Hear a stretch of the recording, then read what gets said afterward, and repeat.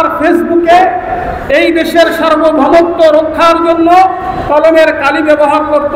সে ফেসবুকে লিখেছিল, ভালোই তো, তোমরা আমাদের কাছ থেকে ইলিশ মাছ নাও আর ইলিশ খেয়ে আমাদেরকে পানিতে ডুবাও। আবরারের কথা যথার্থ নাকি? আবরারের কথা ঠিক না ভুল? দেশপ্রেমের কারণে স্বৈরা সরকার হাসিনার ইন্ধন হলে আবরার তোমায় মনে পড়ে। ভারতীয় আগ্রাসন রুখে দাঁড়াও, রুখতে হবে। হচ্ছে না, আওয়াজ হচ্ছে না? ভারতের দালালেরা হুঁশিয়ার, সাবধান।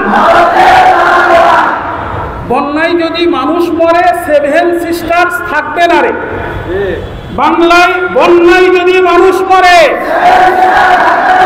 সেভেন সিস্টার থাকবে না রে। সেভেন সিস্টার্স থাকবে না রে। তারা যে পানি ছেড়ে দিয়েছে ফেনীতে, আমাদের ভাইয়েরা বোনেরা মারা যাচ্ছে, এদের খুনের আসামিকে বাংলাদেশে বন্যা হলে আবরার তোমায় মনে পড়ে। বাংলাদেশে বন্যা হলে আবরার তোমায় মনে পড়ে। একটু ব্যাখ্যা করি। 2018 সালের দিকে সম্ভবত আল্লাহর নবী মুসা আলাইহিস সালামকে অপমান করার চেষ্টা করেছিল। বেশি কিছু লাগে নাই, আল্লাহ তাআলা মাটিকে মুসা আলাইহিস ছেড়ে দিয়ে লাখ লাখ মানুষকে তারা বাড়িঘর ছাড়া করেছে, অসংখ্য মানুষকে তারা বন্যার পানিতে বানবাসী করেছে। এই জন্য বাংলার পক্ষ থেকে তাদের কাছে জবাব চাওয়া উচিত।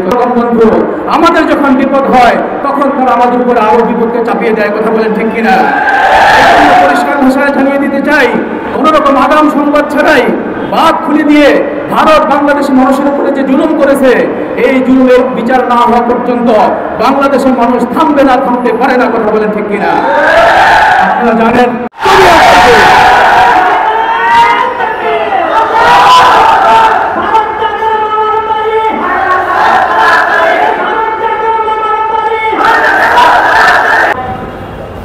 একের পর এক মোদির বিভিন্ন ধরনের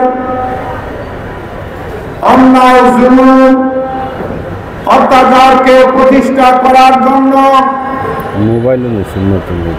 এক এক সময় এক এক দালালকে নিয়োগ করেছে। তার মধ্যে শক্তিশালী দালাল ছিল আওয়ামী সরকার। দালালির বাস্তবায়ন রূপ দিয়েছে 15 বছর।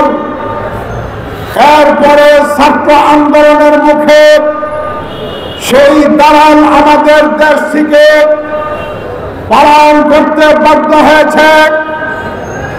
এরপরে চক্রান্ত শেষ হয়। এই মোদি আমাদেরকে নিয়ে চক্রান্ত এখনো হাসিনাকে নিয়ে ভারতের মাটিতে বসে বসে করেছে। তারই নমুনা এখন বর্তমানে বললাম।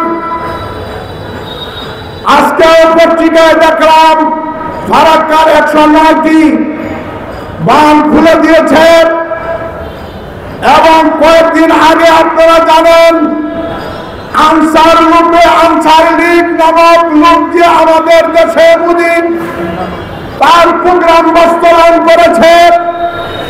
বন্যা দিয়ে তার প্রোগ্রাম বাস্তবায়ন করার জন্য আমাদের বাংলাদেশের আপামর জনসাধারণকে কষ্ট দিচ্ছে।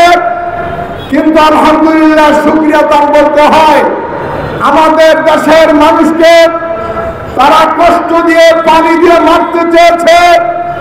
কিন্তু যেই পরিমাণের লোক এই বন্যায় ক্ষতিগ্রস্ত হয়ে মানুষের কাছে ত্রাণের আশা করতেছে, আমি নিজে পরশুদিন গিয়েছিলাম, যারা ত্রাণ নিবে তাদের থেকে বেশি অসংখ্য অগণিত ত্রাণ দেওয়ার জন্য প্রস্তুত হয়ে গেছে এবং দিতেছে এবং এর ধারাবাহিকতা চলছে এবং চলতেই থাকবে ইনশাআল্লাহ।